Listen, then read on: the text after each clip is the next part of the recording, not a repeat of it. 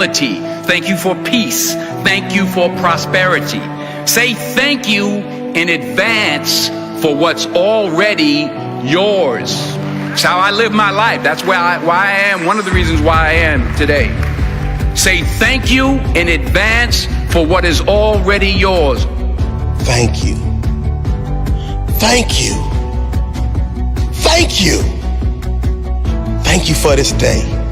Thank you for every moment that led to this day. Thank you for the hard times. They made me appreciate the good times. Thank you for the lessons. They were needed for my development. Thank you for my eyes that get to witness the miracles of today and tomorrow. Thank you for everything I take for granted. Thank you for all of my blessings. Thank you for my drive. Thank you for my spirit. Thank you for my strength. Thank you for giving me the courage to fight through the hard times. Thank you for the people in my life, those I love and those I learn from. Thank you for it all. Thank you. Thank you. It's the key that opens the door to instant happiness, unlocks the door to everything we are really seeking in life, happiness.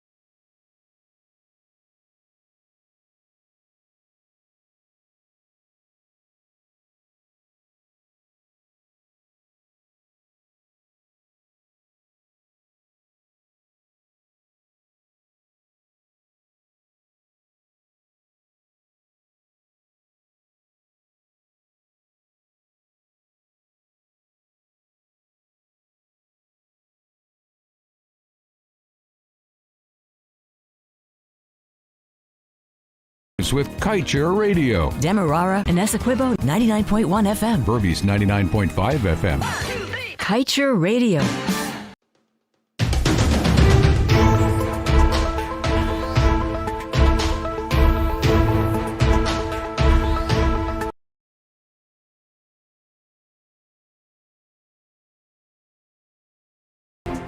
studio.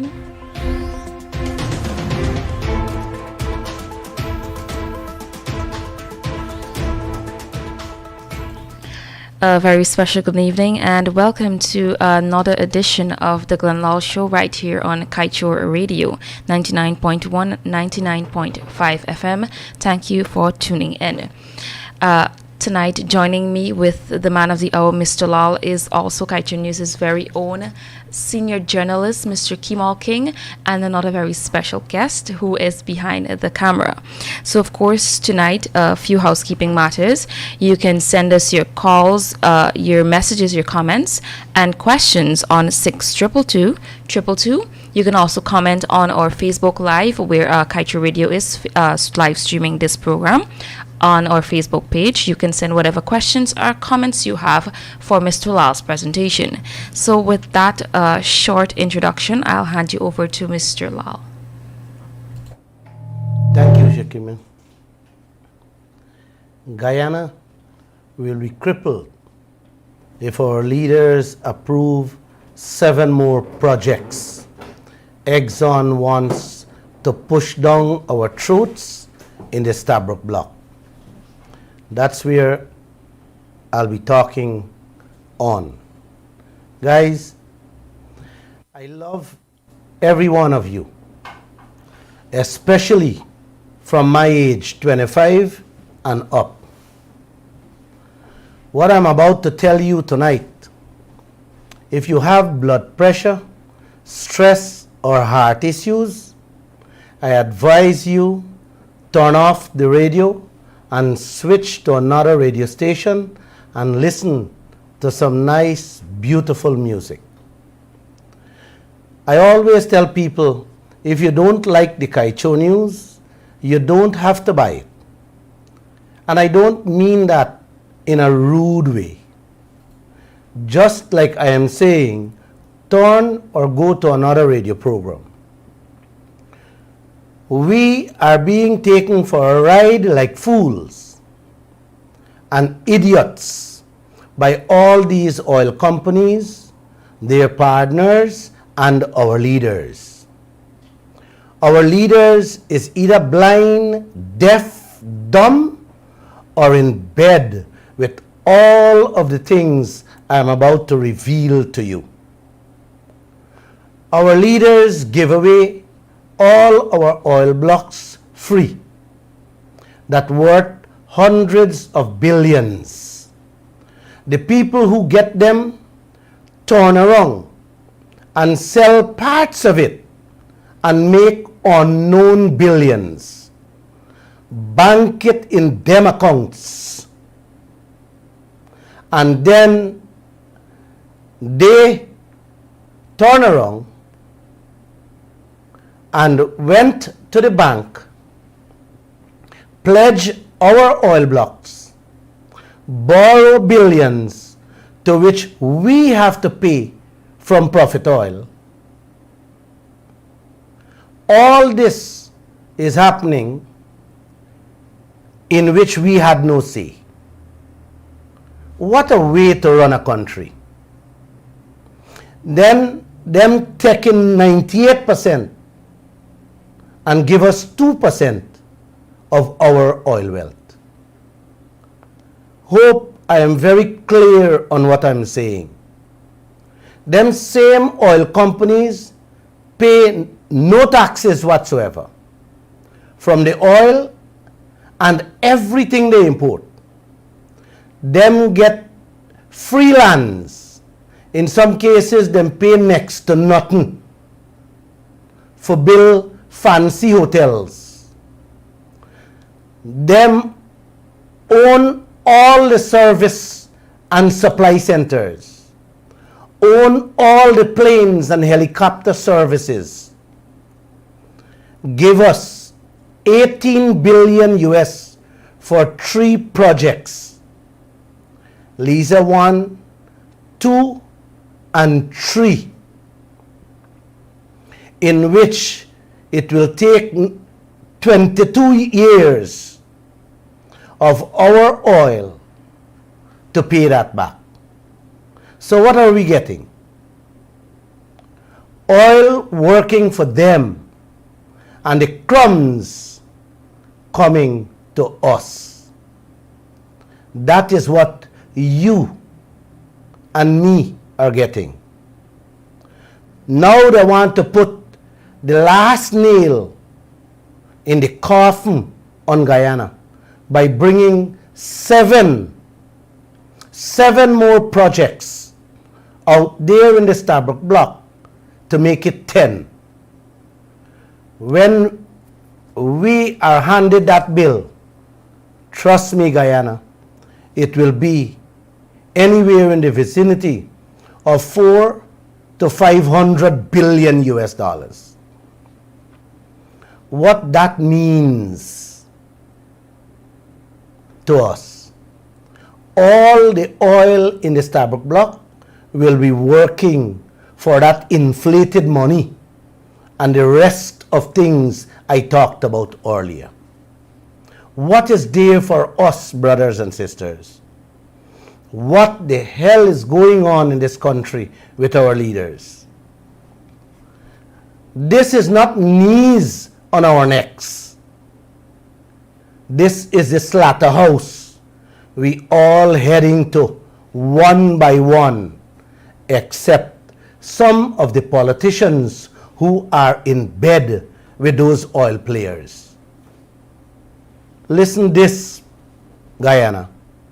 Despite getting the whole oil field for free, they are still to sign a document that gives Guyana full cover insurance to protect we picnic, we self, and that of neighboring countries.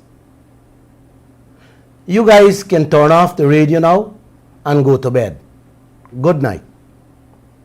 Because you may fall into a coma if you listen to the rest of what I have to say.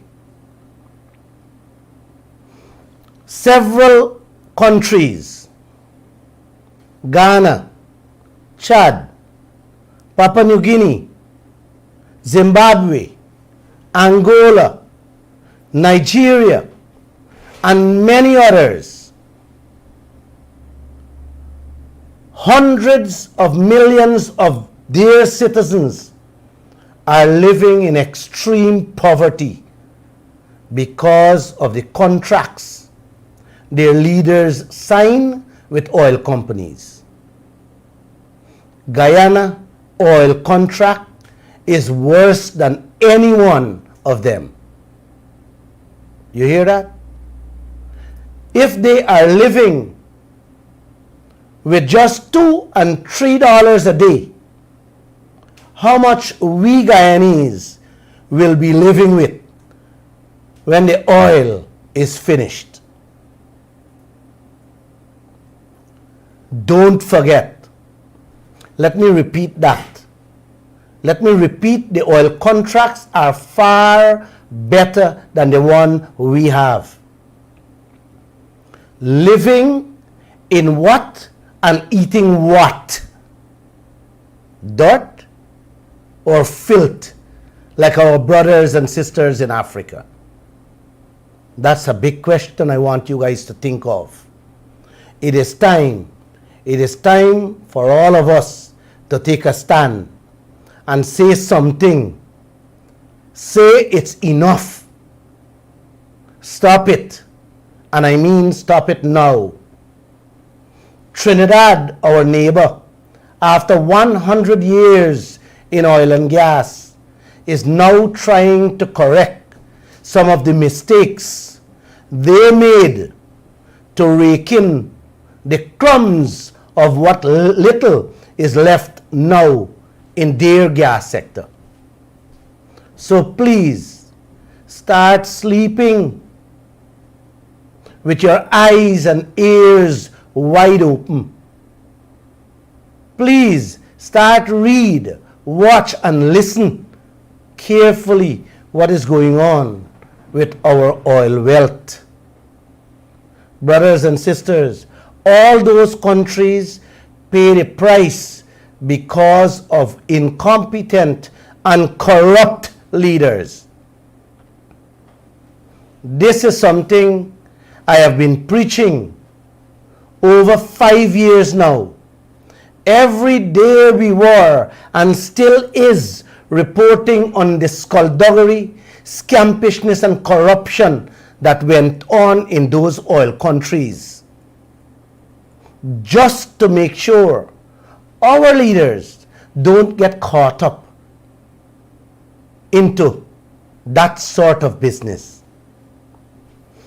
One of the president's daughter, Isabella de Santos, I think she is from Angola, is the richest woman in Africa, she and her brother. I told you that just for you to play around with that in your mind. Remember, her daddy was the president. Guyana, brothers and sisters, we are heading on that same road, and all of you in this land is quiet.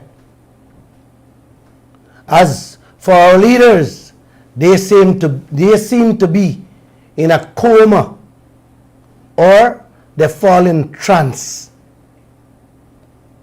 What are we hearing from them? Go, oil companies, go. Take it all. That's all you're hearing from them. Wow. Wow. What do you want? What do you want, citizens, to wake you up? You're too quiet. And our leaders are doing nothing. Irfan Ali, not a single word from his tongue. It's months now he in there as the leader, as president of Guyana. Joseph Harmon, still to hold a press conference. He promised since last August. It will come a year, and we will never have that press conference from him in which he says he's putting together his oil team to meet the media. Vice President Jagdeo had 2 press conferences since they took office on oil. One, he says he sees nothing, no corruption in the giveaway of the Kanji and Kaieteur oil blocks. In the other press conference, he says Guyana ain't got money. I had to laugh when I hear that. And we still getting billions from oil companies in debts. Oil has been pumping and fetching away, while billions in bills are being thrown at us. Man, I love this country. I love the leaders of this country too.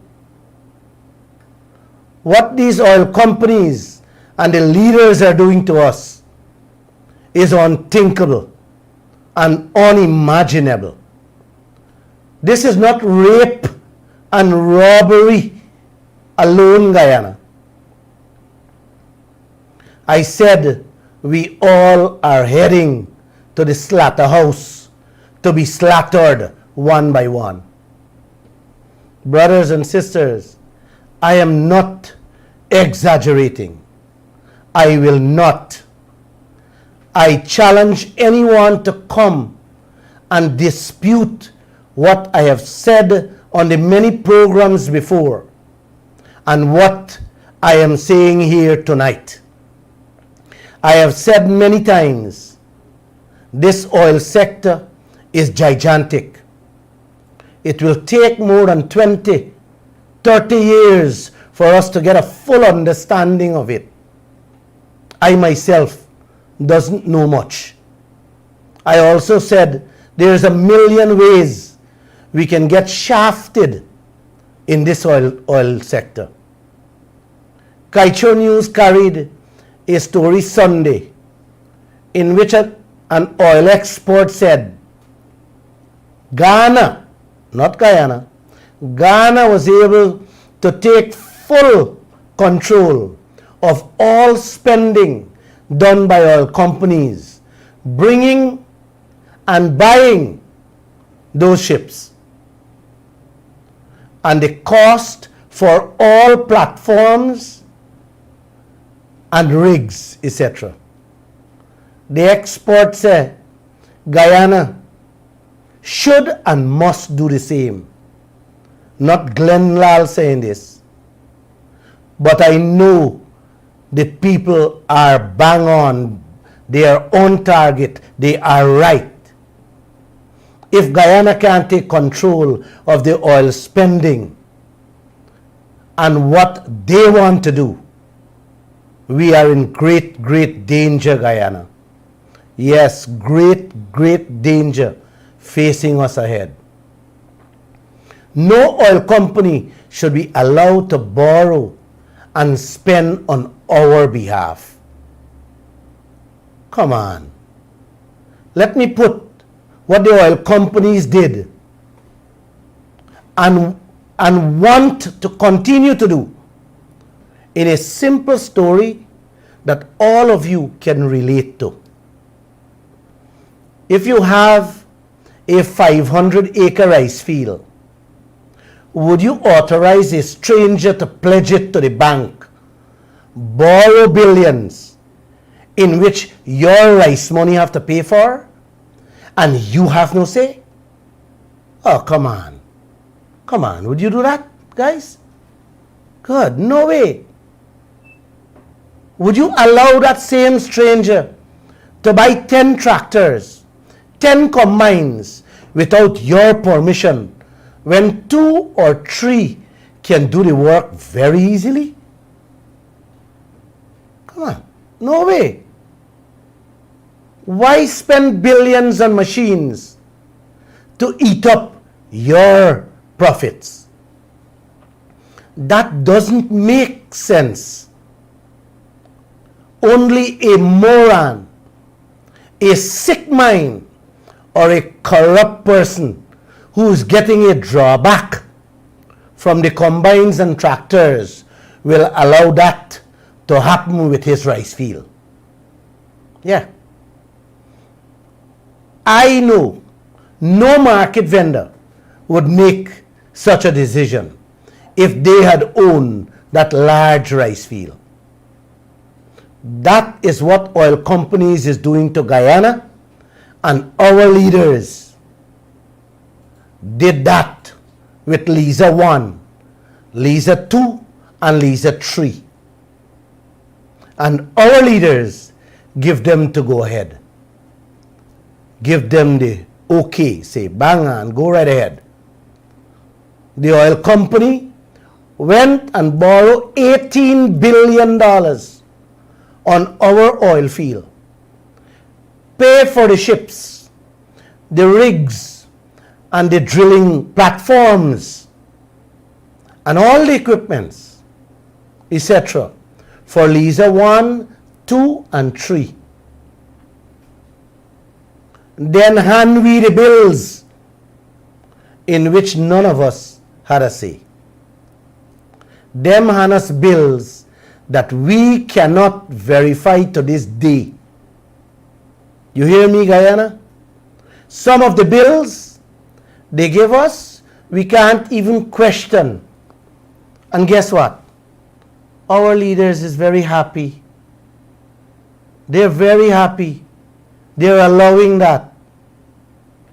May I ask, or should I ask, what is the drawback them getting to put us in that situation?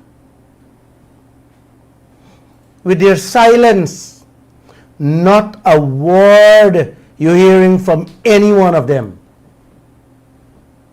Their silence, brothers and sisters, speaks volume. Listen more of the story. It gets sweeter. The money we get in 2020 is less than $200 million from Liza 1. In Liza 2, the same size will give us another 200 million. Payara, they say, is double the size. That will give us 400 million. When both of them begin production, it adds up to 800 million. That is what we will be getting per year when all three is working. That 18 billion them borrow, them set a spend. If we continue getting that 800 million a year, it will take 22 and a half years to pay back for that cost of Liza 1, 2, and 3 from our profit oil. You hear that? 22 and a half years it will take us to pay. That's how much oil we will be taking out to pay back for those things. Hear this, brothers and sisters. This might send you to take your pressure tablet if you didn't sleep yet, to get a good night rest. That 18 billion US dollars spent on the three projects, Liza 1, 2, and 3, Guyana ain't own those ships, rigs, nor the platform, etc. You guys hear that? Kemal, you guys hear that? We paying back the loan money. We paying back the loan money, and we ain't own those things. We are leasing it from them. We are renting it from them. That money, that lease money or rent money, whatever the term it, has to come out extra from our expenses. That is what our leaders agreed to in the contract. Isn't that sickening, Guyana? You paying a loan for $18 billion for the rigs and the ships and the platforms, and you have to rent it. You don't own it. It's like the loan for the tractor and the combines that the man went and take for the loan, take as a loan, the rice field, and own that those combines and tractors. Wow. Wow. Wow. So, Mr. Lall, what you're saying is we don't own the equipment that's used to produce everything, but we have to spend all the money on it. That is exactly what I'm saying. Well, you think I'm crazy? I'm not crazy. I am not crazy. No, I'm not. That 18 billion US them borrow was for give the companies, for make the ships, the rigs and platforms. And now them turn back and rent it to us. Them also tell us in the contract, after 10 years of renting them, we have the options to buy it. Buy it for how much? No prices in the air. Oh God. God, please help. Please help Guyana and all of us.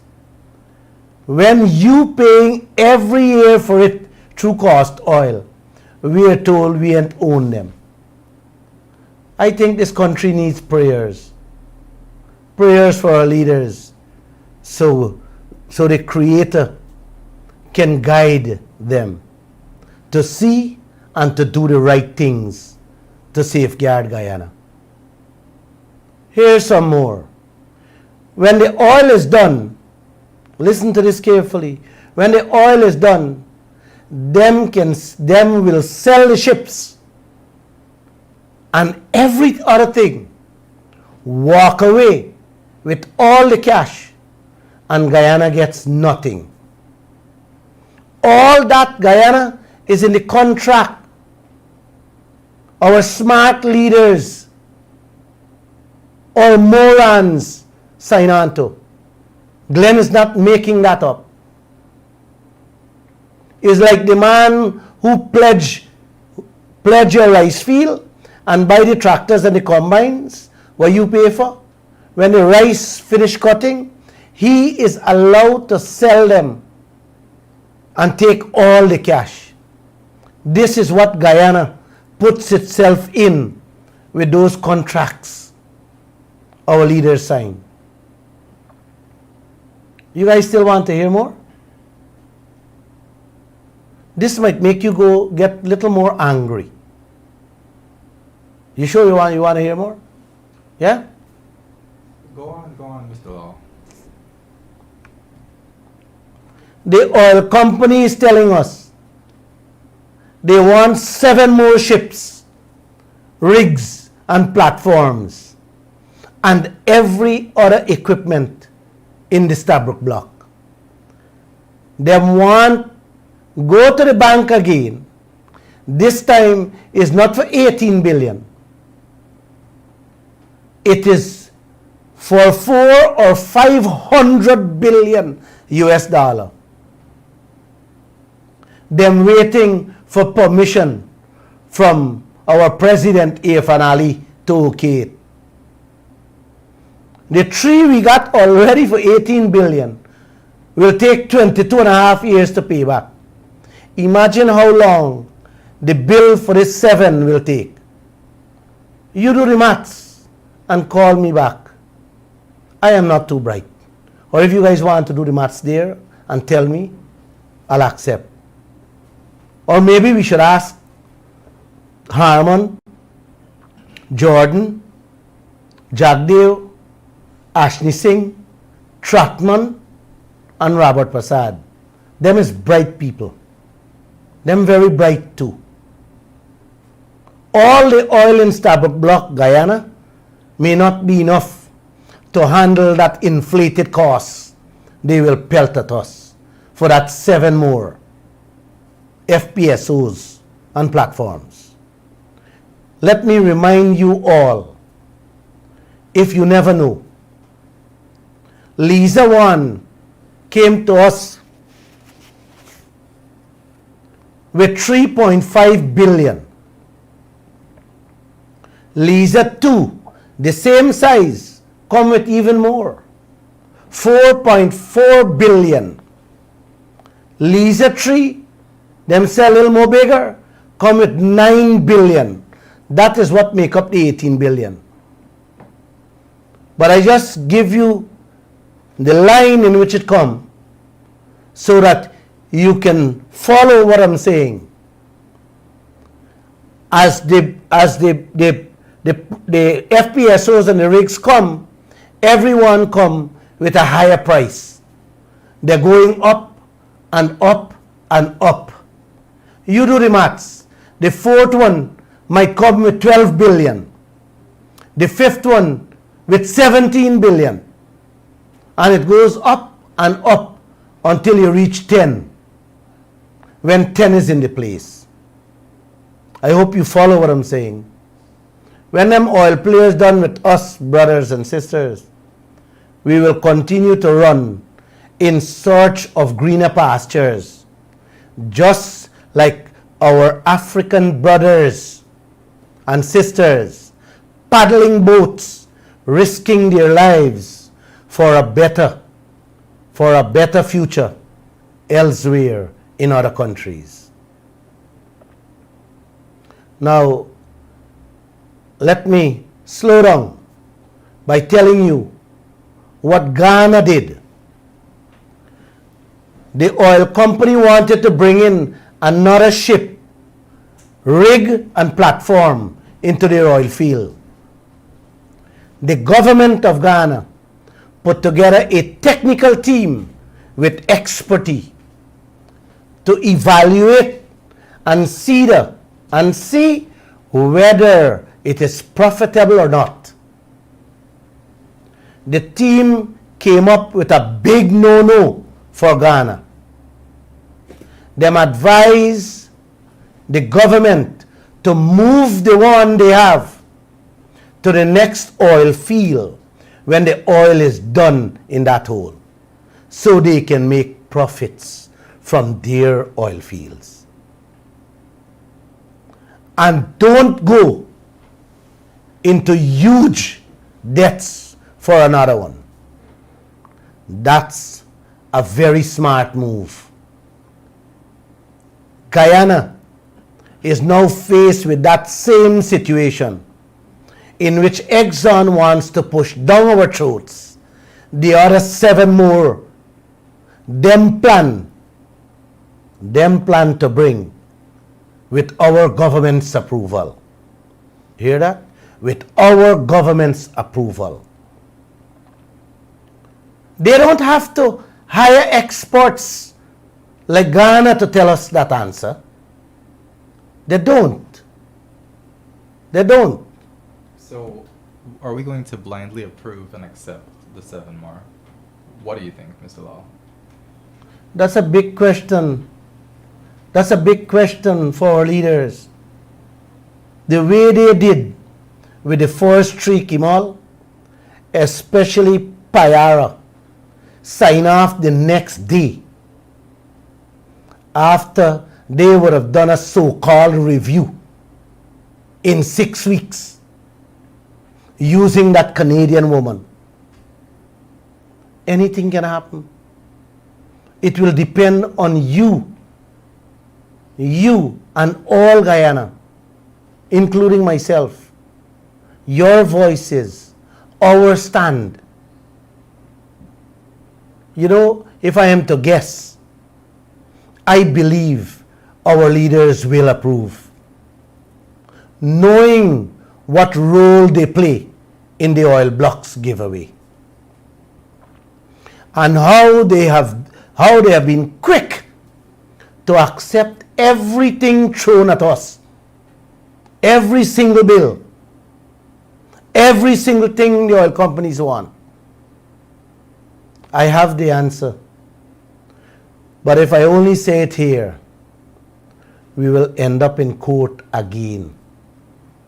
I already have 1 lawsuit from the ex-president Donald Ramotar for an ad in the Kaieteur newspaper. The ad was comparing what took place with Senegal's oil blocks versus Guyana's Kaieteur and Kanji oil blocks. Mr. Ramotar sued the newspaper and myself for saying he gave away Kaieteur and Kanji oil blocks for free, among other things in the ad. You know, here is some of what transpired in court as I was placed in the box to give evidence. Ramotar's lawyer asked me if the ad in the newspaper meant someone else stood to benefit from the sale of the oil blocks and that the oil blocks were given away secretly and in a corrupt manner. My answer to the court was a huge yes.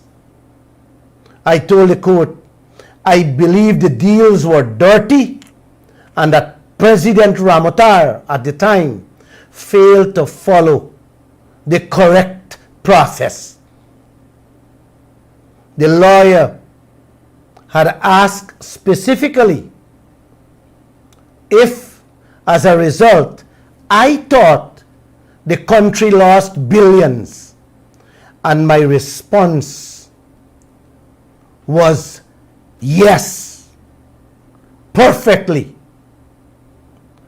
He even asked me if I believe that President Ramotar is a corrupt man, that he collect part or some of the 100 million for signing away those 2 oil blocks. And I said, yes, I believe so. I don't know how much he collected, but I believe so. The lawyer asked me If, as a result, I call on President Granger to launch investigations into the deals, and I said yes, but I am now calling for an international investigation into the deals because I believe a crime was committed against the people of this country, including myself. I give you that to let you know how much I can say and how much I can speak about what is going on in this land, not only with our oil blocks, our oil wealth, but in all the other fields that has tremendous wealth that can make all of us into kings and queens. I am curtailed, and I could have only repeat what I said there, Guyana, because that is what I told the court. The judge is to hand his decision in a few weeks' time, to which I will let you know what decision has been made. All because I got a lawsuit, all because I questioned President Ali, President Ramatar, and Robert Prasad for giving away our Kanji and Kaieteur oil blocks that worth billions upon billions of dollars. They don't want you to say anything. They will give away you too, and Lall can't say anything. That's where we are heading. But I just want you to know, as long as I have life, I will speak, and no one but my Creator, our Creator, can stop me from speaking. Let's get on with our business now. All right. Thank you, Mr. Lall, for your very insightful presentation. Before we head into the question and answer segment, I would just like to remind our listeners and our viewers of the phone numbers you can call. We will be taking calls this evening. So you can call the landline number 226-7453, or you can send us a text or a WhatsApp on 622-222 with whatever questions and comments you have. And at this point in time, we'll take a very quick commercial break, and then we'll jump into the question and answer segment.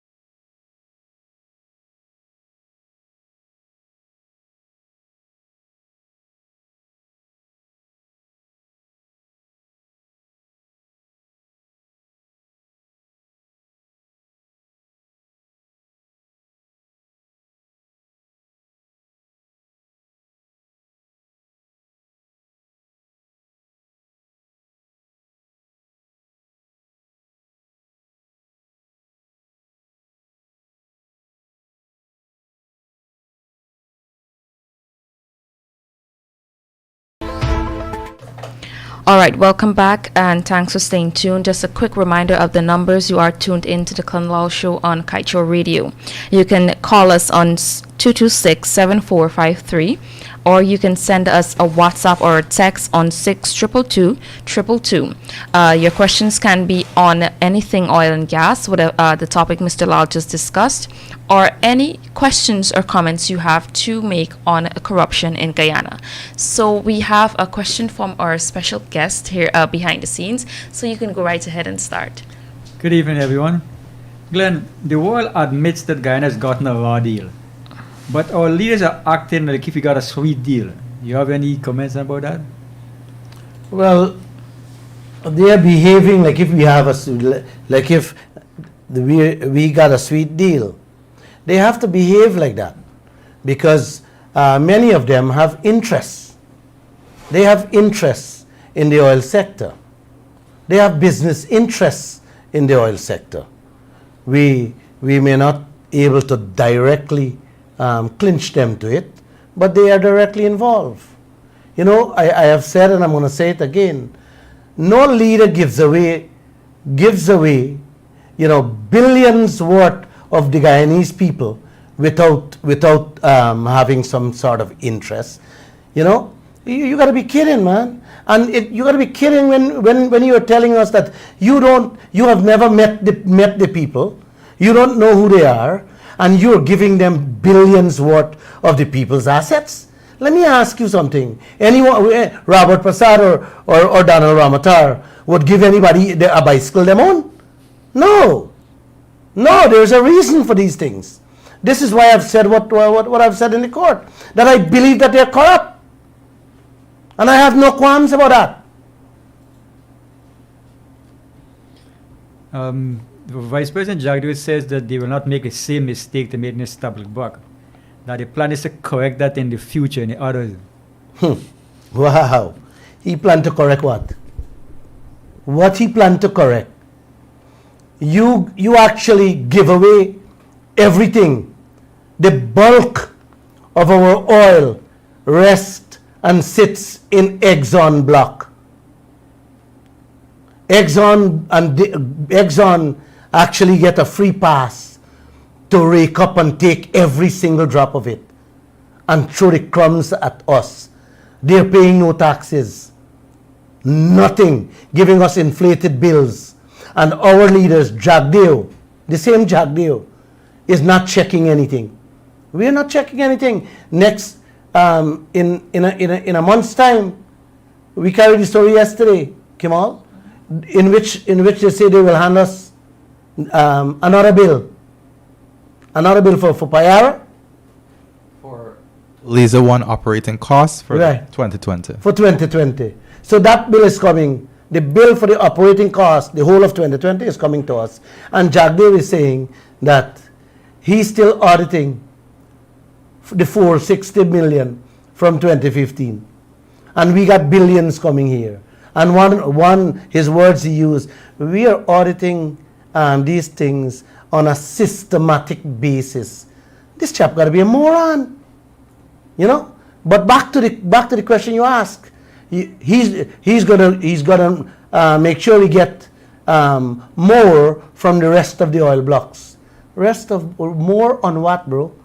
Like I said, the most of the oil that they already discovered is in Exxon, is in Stabroek block. What? Are you saying that you're going to go and squeeze they dig 2-3 dry holes in some of them? What I said, and they didn't find anything. So what are you going to get from them? Let's say if they don't have anything. I know they have. But let's say if they don't find anything, what is he going to get for Guyana? You get nothing. It's like you give away the entire mango tree, right?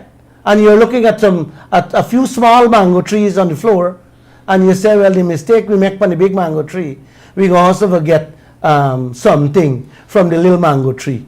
We even got yazi mango, because we don't even know the quality of the oil that rests or sits in the other oil blocks. So there we go. So this nonsense Jagdeo wants to shove down people's throat, it's not going to work. They have to rescind, revoke, or renegotiate the Stabroek block. We have nothing to get from it, and we should get our fair share. That's all I'm saying. All over the world, people are renegotiating. Our brother in Trinidad and Tobago, the Prime Minister, said very clear, if a contract benefits one side, it's not a contract. What about our brothers in Suriname? Even on the drill ships, the Suriname oil company has somebody there monitoring the drilling. As soon as they find oil, the Surinese know right away. That is just the drilling ships. If they are monitoring the drill ship, imagine when they're floating ship production, the production ship is there, they will be monitoring every oil that comes out. That's Do we have anybody monitoring the production ship? What is the drill shipping, Ayana? That's a beautiful question, Kimal. That's a beautiful question, Pilot. We start production. We had none on the drilling, or maybe we had, because one of the players that got one of the oil blocks, he is and was working at the Department of Energy as an oil engineer. So maybe he was out there during the drilling to find the oil, and he would have known that oil find and went and registered that company, right, to collect the oil blocks. Who knows? I don't know. I'm just saying what I know, what transpired from 2012 to now with the oil blocks and the registered company and how it landed in his hand. But let's move away. If we didn't had a person on the drill ship as they were drilling to find the oil, and we don't have one now, as we produce the oil, then we are in a very bad shape. We are allowing massive corruption, giveaway and thieving out there, knowing the track records of these oil companies that working out there. Nothing come out of their mouths are truths. Just like some of our leaders here. I always tell people, I don't believe one sentence that comes out of the Vice President mouth, Barajagdeo. Not one sentence, much less a paragraph, because they're not truthful. Nothing comes out of their mouth is truthful. Okay, Mr. Lall, I have a few questions that have come in and questions of my own, but I just wanted to come back to a few things you said in the beginning for the sake of clarity. I noticed you said twice about our profit oil and paying back with our profit oil. Mm-hmm. I just wanted to clarify, or for you to clarify that the profit oil is, although inflated costs cut into our profit, that the profit oil is what's left after the oil companies have recovered. Okay, well maybe is a wrong choice of words. What I mean to say is that our oil, as they bring up the oil, okay, we have to use that money. 75% of that money has to go to pay for the loans. And the 25% that remain is splitting 12.5 and 12.5 by 12.5. 12.5 for the oil company and 12.5% for us. That's what I mean. All right. So I clear up. What happens to the assets is extremely important. I noticed that there is a provision in the contracts that says at the end of the operations, all of the assets that were purchased for the purposes of carrying out these operations have to be surrendered to the government. So for me, the concern would be Exxon putting in 10 FPSOs and then leaving us with 10 stranded assets at the end of the operation. No, that is not so. That is not so. What is not so? The assets they put there, all these rigs, FPSOs, and the drill ships and stuff like that, does not belong to us. They don't belong to us now. No, at present we are leasing it. Although we pay that 18 billion. Yes. Right? We are leasing it. Or if you make it simple, we are renting it. We are paying a rent for it. Yeah. I don't know the rental we are paying for it. And at the end of they said after 10 years, we have the options to buy it, but they didn't tell us how much it will cost us. Right? That might cost maybe 400 or 500 billion, not 18 billion. Yes. But we don't know that cost yet. But if not, we continue to lease it or rent it. Okay. And at the end of it, they owns it. They pick it up and sell it and walk away with the cash. I'll add to that by saying I wrote a story that will be appearing in tomorrow's paper, and you should read tomorrow's Kaieteur news to hear about this. ExxonMobil wants to put in its fourth development, and that's at the Yellowtail well. So we have Liza Phase 1, Liza Phase 2, Payara, and now Yellowtail. And the company is going to, or it expects to, hand the field development plan for that project to the government of Guyana at the end of the year, so the government could review and peruse it and decide whether it wants to approve it. And in that article, I wrote that the CEO of Hess is one of the partners on the Stabroek block. The CEO of Hess, Mr. John Hess, he was asked about the cost, the development cost of the new project by an analyst. And he said that the cost looks like it'll be somewhere between the cost for Liza Phase 2 and Payara. So that was between $6 and $9 billion. So, but we'll see if it comes up to that.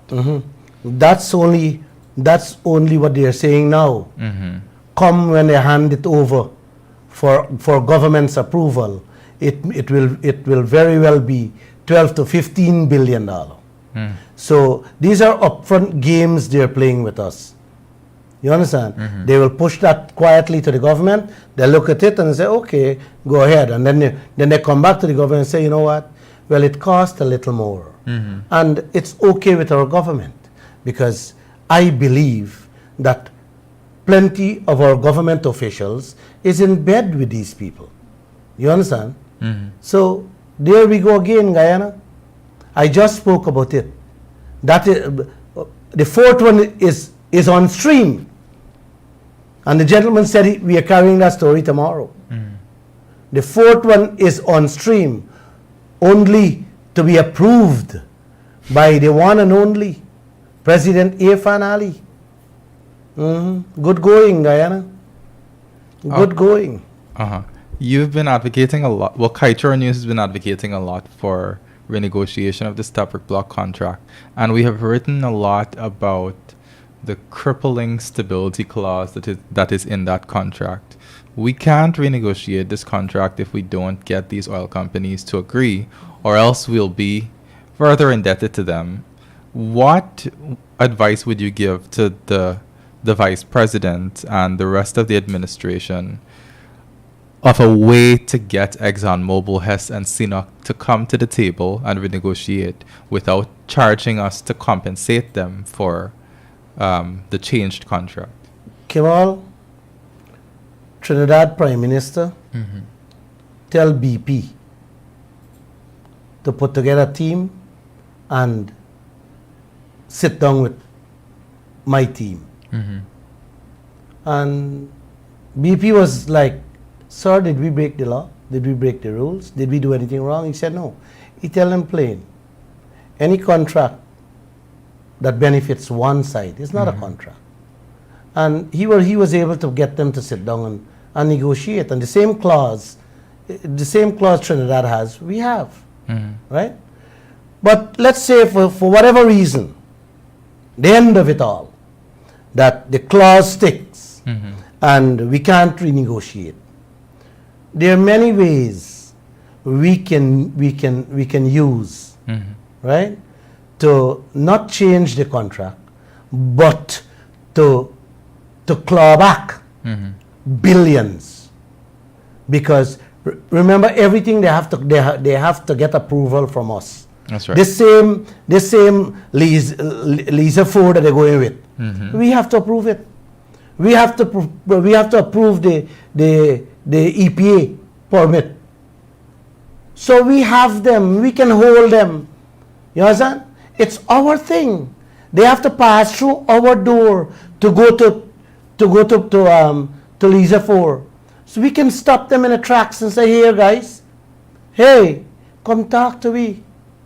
You done mess me up in 1, in 2, and in 3. Come on, you got to do better.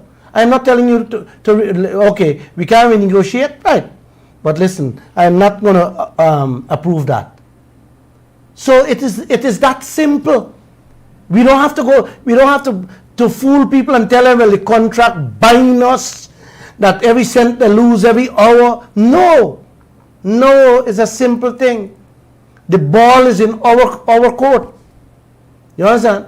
We have them by there be in which we can hold on to and say, no, guys, no, talk to us.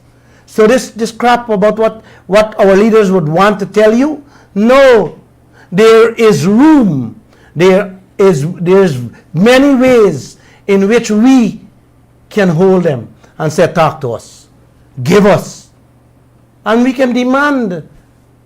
We don't have to beg them. We can call the shots then, because we have to approve these things. But is our leaders willing to go down that road? That's the big question. They're talking about going to pick up the little crumbs with the lesser oil blocks, and the big oil block. They are not saying anything. They're making excuses upon excuses. They are not telling you that they have them. We are in control and we can call the shots. We can really get back money, what we lose out on in Lisa 1, 2, and 3. So that is how simple this thing is. To add to that, on the issue of whether Guyana can demand renegotiation, I wrote a story recently on an energy expert by the name of Gerard Kreeft, and he was describing the relationship between Guyana and ExxonMobil. And he pointed out what others have pointed out many times, that they need us more than we need them. And when you asked him how to describe the relationship, he said, it's a case of the tail wagging the dog. Precisely. Exactly. Them need us more than we need them. This is our wealth. We think. So the contract, although we sign a bad deal, a bad contract, they need us. Look, Vincent Adams is a very competent individual in oil. He worked all his life in it. He have said, call the bluff. Call Exxon bluff. Let it walk away. If they walk away, they have lots of oil players out there who's willing to jump in and willing to offer us huge money. So let these leaders we have in the PNC and the PPP, well, not so much the AFC. I don't think these guys know what they're doing. I don't think they know where their head is from their foot. And stop them from telling us that we can't get a fair deal from our oil wealth. Don't let them tell us we have to settle for what we sign on to. That is total bull. That is nonsense. We can, and in my heart I believe we will. We have to, Guyana. We must demand that these leaders stop talking that talk and start walking the walk to benefit us. Let them know that we have nowhere to run, we have nowhere to go, but to have a good and decent life right here in this country with our wealth. Mr. Lall, as we wind down to the last few minutes of our program, I'd just like to get your comments on a story that is carried in today's Kaieteur News, that Guyana is still to do an independent review of our oil and gas resources. The oil and gas resources, that's the one that candidate? Yes, Yeah, that's the lead story in today's paper. Well, just let me comment first, please. You comment. Yeah. I don't understand, or it just doesn't make sense to me that 6 years ago, ExxonMobil made the first commercial discovery offshore Guyana. And so many years later, Guyana is still in a position where we don't have a full picture of what is out there with our own independent analysis. So we are put in a situation now where we have to rely on the word of these multinationals that we're in business with, that quite frankly have been caught red-handed Cooking books. over and over again, just falsely representing issues like this to governments to maximize their profits. So it's just nonsensical that we're in a position where we have to trust them. And I hope that this administration, Mr. Lall would say, they just got in, give them a few months. No, but they had enough time to set out a But straight plan, yeah. I hope that this is one of the things that's hot on their agenda. And if I can add to that too, I remember Mr. Christopher Ram had commented and saying that though we could we get this information from ExxonMobil, we should trust them, but we should still also do an independent review of our resources, of what we have out there.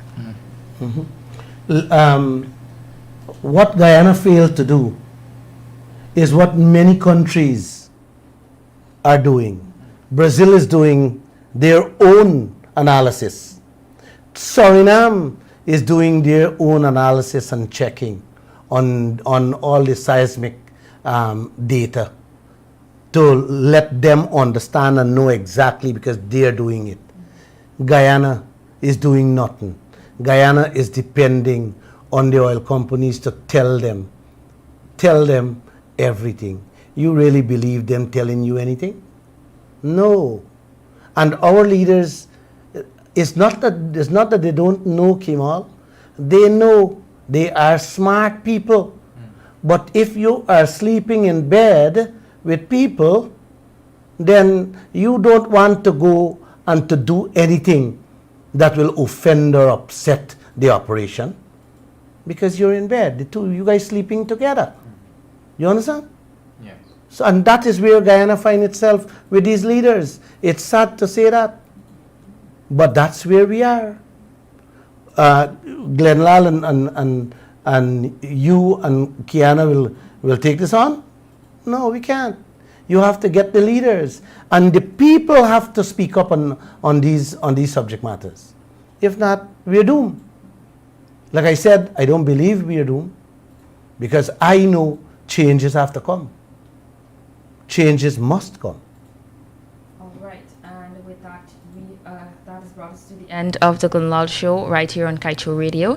I want to say thank you to everyone who commented, who sent questions, the viewers on our Facebook Live that are tuned in this evening from wherever you are.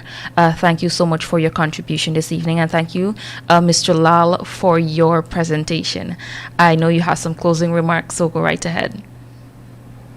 Exxon wants to shove down 7 more projects down our throats. What do you say, Guyana, having heard what I have said? Just think about that. God bless you all, and have a great night.